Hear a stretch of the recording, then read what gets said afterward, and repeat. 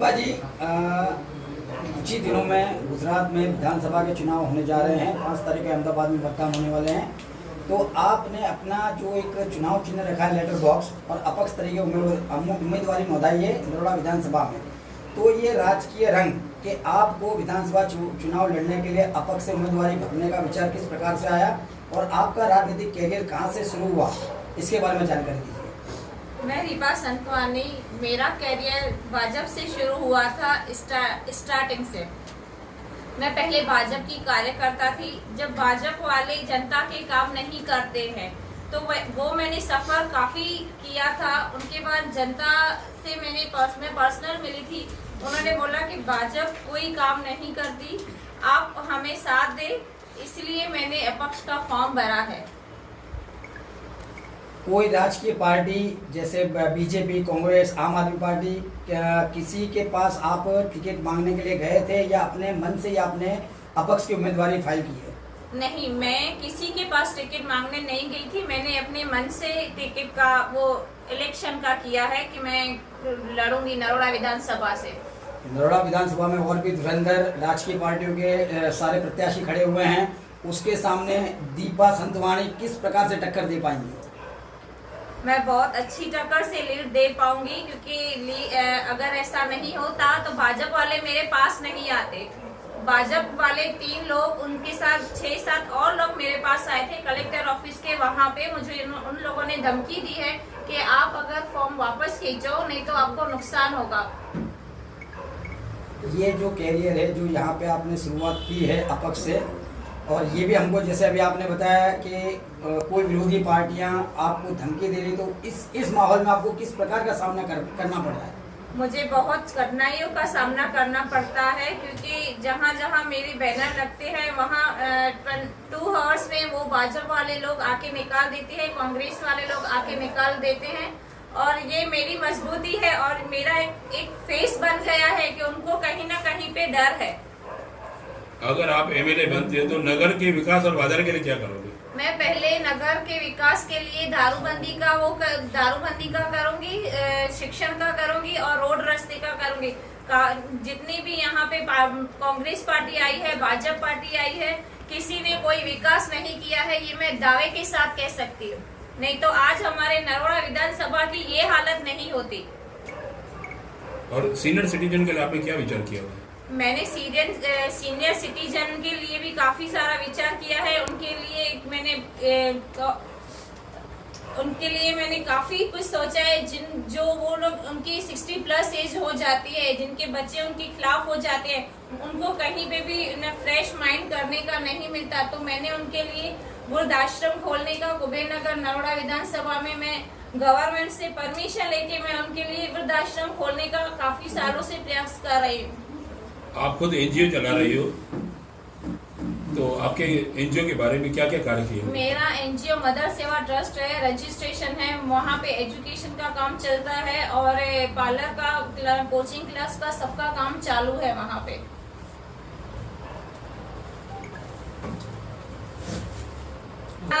चिन्ह है letter box और 15 नंबर है। मैं आप लोगों से विनती करूंगी कि इस बार आप मुझे वोट करें, मुझे आगे लाए, तो आप मेरी जनता को पता चलेगा कि कौन कहां कैसे काम करता है। नरोड़ा विधानसभा के अंदर आप जनता को क्या संदेश देना चाहेंगी मीडिया के माध्यम से? मैं मीडिया के माध्यम से नरोड़ा विधानसभा को ये संदेश देना चाहूंगी कि ये जो महंगाई आई है और ये जो गैस सिलेंडर, कुछ बहुत सारी चीजों में ऐसी महंगाई आई है, मैं वो महंगाई भी हटाने का बहुत प्रयास करूंगी और जिसमें मैं सक्सेस भी हो जाऊंगी। आपने कहा कि आप दारूबंदी के लिए काम करेंगी, तो गुजरात में तो ऑलरेडी दारूबंदी है ही है, सरकार ने दारूबंदी किया है, उसके बारे में कैसे? गुजरात में दारूबंदी सरकार ने किया है, पर यहाँ पे खुलेआम बिकता है। जितनी दारू यहाँ बिकती है उसकी कोई लिमिट ही नहीं है। अब प्रचार के लिए निकल रहे लोग, कैसा समर्थन मिलता है? मुझे प्रचार में मैं निकलती हूँ, मुझे पब्लिक का बहुत अच्छा सपोर्ट मिलता है। नरोड़ा विधानसभा के अंदर आप मानते हो कि दारू की बदी फैली हुई है गुजरात के नरोड़ा अहमदाबाद के अंदर विधानसभा के अंदर? हाँ, मैं मानती हूँ, यहाँ पे बहुत सारी दारू की बंदी फैली हुई है। आपने दीपा को यहाँ तक पहुँचाया है, बिल्कुल सही है। एक्चुअली ये मेरी वाइफ है, पर उस हैसियत से नहीं। मुझे एक दिन अचानक ये फील हुआ कि ये काबिल है, इनकी आवाज़ में दम है, इनमें वजन है। ये फील होने के बाद में 1 मिनट भी रुका नहीं और मैंने इन्हें दुबई से लेके यहाँ तक का सफ़र तय कराया। और इस मोमेंट पे आके मैं सोच रहा हूँ कि मेरा सोचना सही था, बिल्कुल सही मुकाम पे ये पहुँचने वाली है। इसमें बहुत पावर है। बल्कि मैं तो यहाँ तक कह सकता हूँ कि कुछ वक्त के बाद, यानी 5 साल, अगले 5 साल के बाद ये उसी राजगद्दी पे होंगी जहाँ एक चाय वाले साहब बैठे हुए हैं। 101% ये मैं आपको कहता हूँ, नोट कर लीजिए, ये बात आज मेरी याद कर लीजिए। और इनको एक अमित शाह पति के रूप में मिल गया। बात यहीं ख़त्म हो जाती है। इसको कहते हैं 1 2 का 4। She is 1, I am making 4, 100% meaning. Deepa जीतेगी, मतलब जीतेगी। आप किसको आपका हरीफ मान रहे हैं, बीजेपी, कांग्रेस या आम आदमी पार्टी? बीजेपी। यानी ये नरोड़ा विस्तार बीजेपी का गढ़ है, ऐसा मानते हैं आप?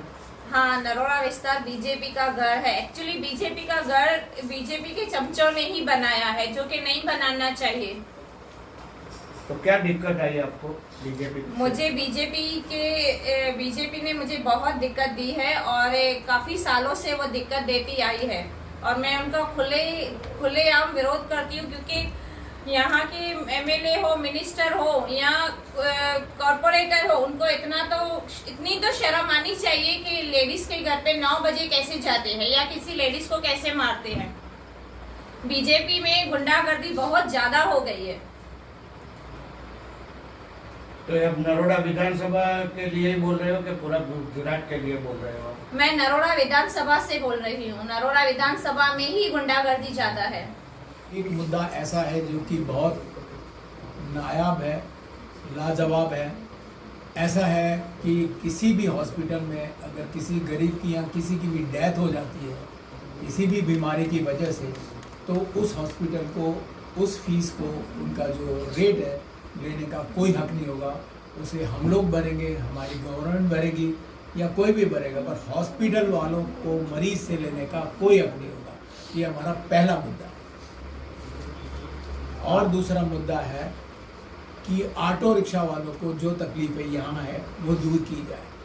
और तीसरा मेन मुद्दा है कि जो लोग 60 के प्लस हो गए हैं, सीनियर सिटीजन हो गए हैं, जिनको आज कुछ भी हासिल नहीं होता है, चाहने के बाद, करने के बाद भी वो बेचारे ही वो करने जाते हैं, जिनको बेचारा नहीं बोलना चाहिए। तो उनके लिए हम ऐसा कुछ करेंगे जो कि बिल्कुल अलग होगा।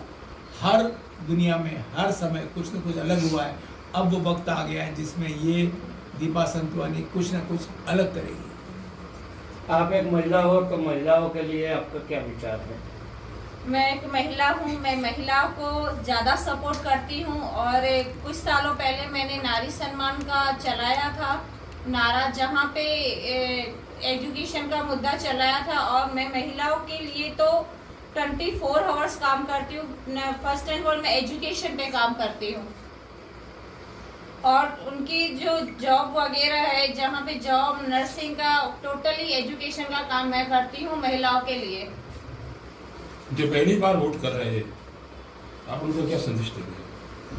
मैं उनको ये संदेश देना चाहूंगी कि पहली बार जो वोट कर रहा है वो सोच समझ के वोट करे कि आपको कौन सा प्रतिनिधि चाहिए, जो आपके नजदीक हो, जो आपको काम आ सके, आप उनको ही वोट कीजिए।